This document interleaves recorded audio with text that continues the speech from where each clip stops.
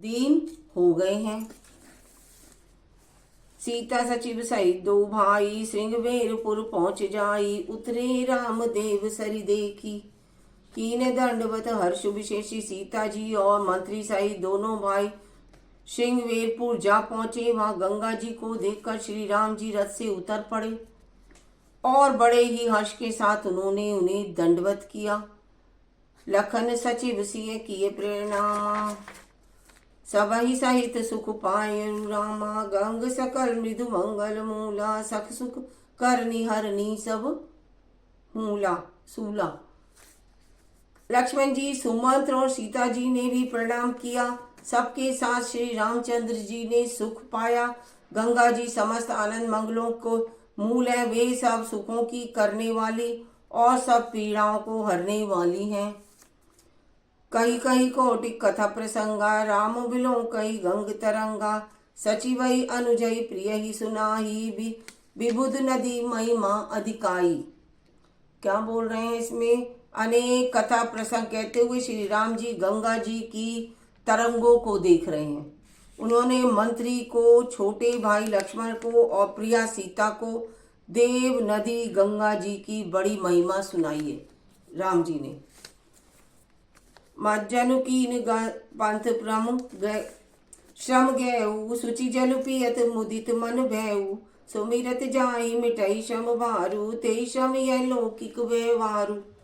इसके लिए बाद सबने स्नान किया, जिससे मार्ग का सारा ही श्रम यानी थकान दूर हो गई उनकी, और पवित्र जल पीते ही मन प्रसन्न हो गया। जिनके स्मरण मात्र से बार बार जन्म और मरण का महान श्रम मिट जाता है, उनको श्रम होना यह केवल लौकिक व्यवहार है। सभी के लिए शुद्ध सच्चिदानंद में कंद भानुकुल केत, चरित करत नर अनुहरत। संस्कृतु सागर से तुसियापति राम जय जय। मंगल भवन अमंगल हारी, द्रवौ सुदर्श अजर बिहारी। जय सिया राम, जय जय सिया राम। आप क्या बोल रहे हैं? शुद्ध सूर्य कुल के ध्वजारूप भगवान रामचंद्र जी मनुष्यों के सदृश ऐसे चरित्र कहते हैं जो संसार रूपी समुद्र को पार उतरने के पुल के समान है। जो संसार को पार उतार दें, इसी तरीके के वो पुल के समान है। यह सुधिगृह निषाद जब पाई, मुदित लिए प्रिय बंधु बुलाई। लिए फल मूल भेंट भरी बहारा, मिलन चले हुई है हर्षु पारा। जब निषाद राजों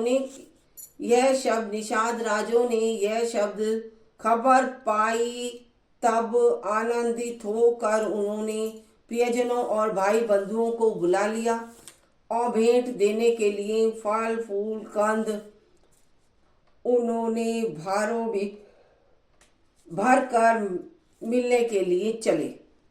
सभी उन्होंने अपनी टोकरियों में भरे और लेकर चल दिए। उनके हृदय में हर्ष का पार नहीं था। वे राम जी से मिलना चाहते थे। करी दंडवत भेंट धरी आगे, प्रभु बिलोकत अति अनुरागे। सहज सने विवश रघुराई, पूछी कुशल निकट बैठाई। दंडवत करके उन्हें प्रणाम किया और सारी ही भेंटें जो बुलाए थे उन्होंने प्रेम पूर्वक उन्हें दी। रघुनाथ जी ने स्वाभाविक स्नेह के वश होकर उसे अपने पास बैठाकर कुशल पूछी। नाथ कुशल पद पंकज देके, बहु भाग भाजन जन लेके। देव धरनी धनु धाम तुम्हारा, मैं जनु नीचू सहित परिवारा।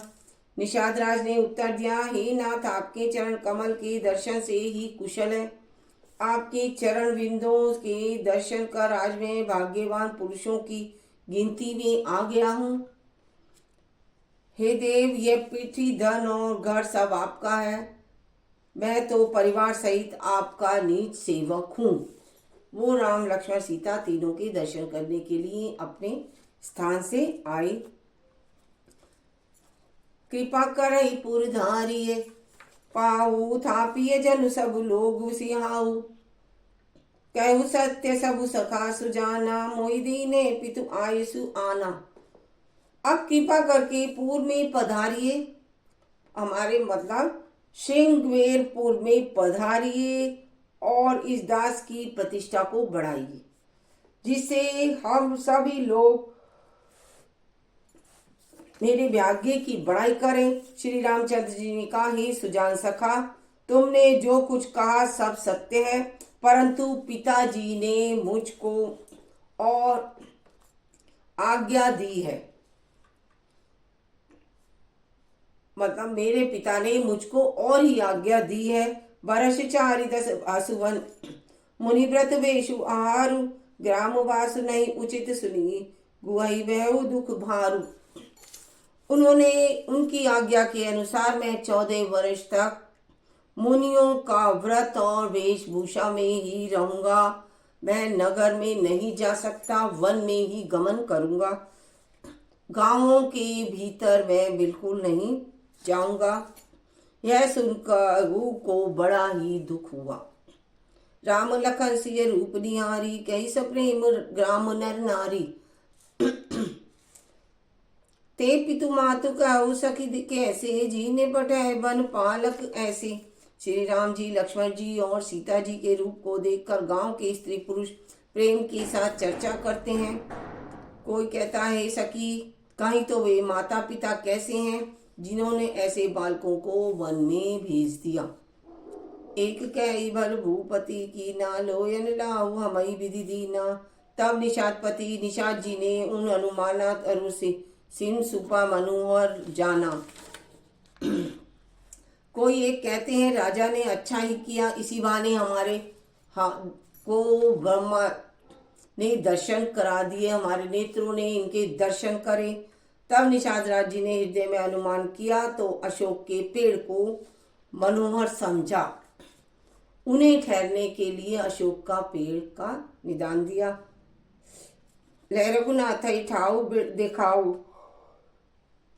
दिखावा, केहू राम सब भांति सुहावा। पुरजन करी जो हारु घर आए, रघुवीर संध्या करन सिधाए। उसने श्री रघुनाथ जी को ले जाकर जब रघुनाथ जी गए, उनको ले जाकर वह स्थान दिखाया जहां पर अशोक का पेड़ वृक्ष लगा था। राधे राधे।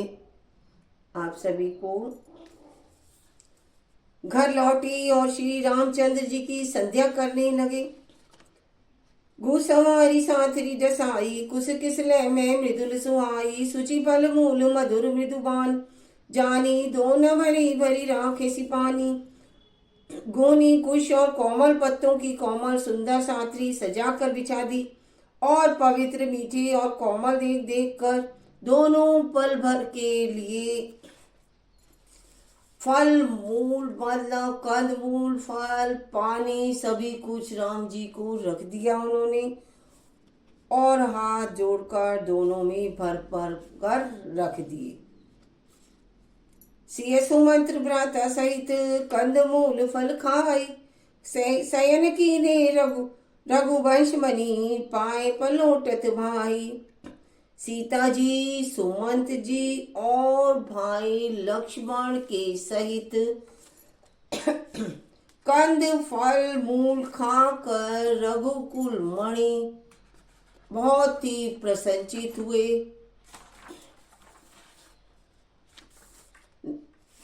और क्या हुआ, श्री रामचंद्र जी वहीं पर लेट गए। भाई लक्ष्मण जी उनके पैर दबाने लगे।